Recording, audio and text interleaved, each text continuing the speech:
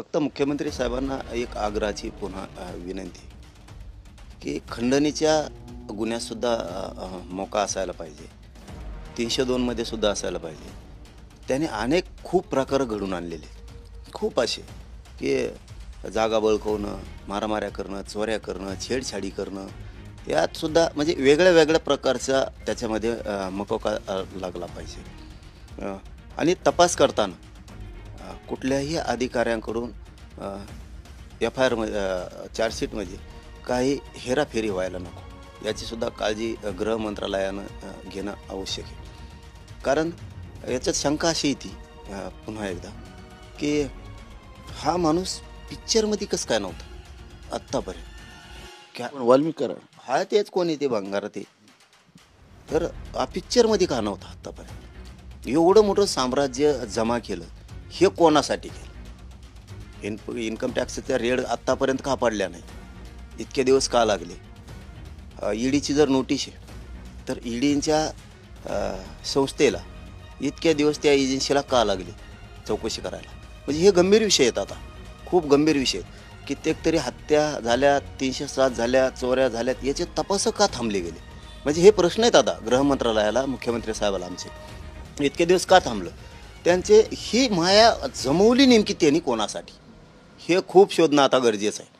तुम्ही नुसता मोका लावताल, 302 लावताल, तपास करताल, काही खोटा नाटा तपास होईल, हे आम्हाला मान्य असणार नाही आहे. हे बघा, कोणी त्याला सोडा आरोपीला म्हणून जर आंदोलनं करणार असले तर ह्या राज्यातले लोक सगळे एका जागेवर येऊ शकतात. मग संतोष भैयाच्या न्यायासाठी हे सुद्धा मुख्यमंत्र्यांनी लक्षात ठेवा. आरोपीसाठी जर तुम्ही आंदोलन करणार असले, एवढी मोठी माया मला तरी वाटतं राज्यात इतक्या साध्या माणसानं कधीच जमील नसतं. साधा माणूस मानता ना तुम्ही, कधी पिक्चरमध्ये नाही, कधी मीडियासमोर नाही, कधी कोणाच्या सभेच्या समोर नाही. मुख्य कार्यक्रम जो असतो मुख्य, ते कुठं कधी खुर्चीवर नाही. मुख्य एखादं फंक्शन असतं त्याच्यात नाही. म्हणजे जिथं काही कॅमेरे नसतील किंवा काय नसतील अशा ठिकाणीच फक्त आपल्या नेत्यासोबत बसायचं असा अंदाजा दिसतोय. पाठीमागून तू काही कर, फक्त म्हणजे धनंजय मुंडे हे कोण असन ते मिनेमोजित ते कोण असन त्याला, की तू समोर नको येऊ, असं तर काय ठरवून नव्हतं ना. मुख्यमंत्री साहेब हे लक्षात ठेवा, हे तुम्हाला कळकळीनं सांगणं. मग हे ठरवून होता का गेम, तू पुढे येऊ नको, तू कॅमेऱ्यात दिसायचं नाही, तू फक्त मागून राह, मी हाई. मागं एक बोललं होतं एका क्लिपमध्ये कोणचं तरी, मागचं तुम्ही सांभाळा, आम्ही हाय तिकडं मग बोंबलत घोड्याला हिंडायला, अशी एक क्लिपसुद्धा आहे पाठीमागची. मोदी ते काय वाकडं करत नाहीत अशी एक क्लिप होती काहीतरी, ती मी काय कन्फर्म ऐकलेलं नाही ती. मग आता डाऊट यायला लागले की तुम्ही जर ही भाषा वापरता, फडणवीस बी काही वाकडं करू शकत नाही, असे काही क्लिप होती ती.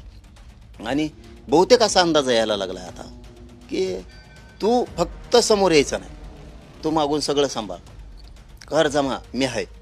मग आता हे नेटवर्क मुख्यमंत्र्यांनी, ज्यांनी ह्या आता काल मोका लागला आहे, ज्याला 302 मध्ये घेतलं आहे, यांनी ही माया कोणासाठी जमवली. कारण यांनी केलं पाप त्याच्यासाठी, आणि तो मोकळा राहतोय. काय तो मोकळा राहतो आता, याला पुढं घातलं, खुनं करायला लावले, खंडण्या घ्यायला लावल्या, अमका केली. ही माया कोणासाठी जमवली ना, ह्या रेडी पडायला पाहिजेत. इन्कम टॅक्सच्या रेडी तातडीनं पडल्या पाहिजेत. CIDची सुद्धा ते ईडीची सुद्धा चौकशी होणं खूप गरजेचं तातडीनं. आता वेळ घालू नका याला, कारण चार्जशीटमध्ये सगळं येणं गरजेचं. आणि विशेष म्हणजे मुख्यमंत्री साहेब ज्यावेळेस खून झाला त्यावेळेस या लोकांनी फोन कोणाकोणाला केले, खून करणाराने. मग ह्या आता काल मोका लागलाय, याला केलेत का, तो CDR पाहिजे, कारण हे चार्जशीटमध्ये आलंच पाहिजे. की मनोज जरांगे पाटील यांच्या प्रतिक्रियेवर तुम्हाला काय वाटतं ते तुम्ही आपल्या कमेंट बॉक्समध्ये लिहायला अजिबात विसरू नका. आणि असेच नवीन व्हिडिओ पाहत राहण्यासाठी आपल्या मराठी एल्गार या यूट्यूब चॅनलला सबस्क्राईब करा. धन्यवाद.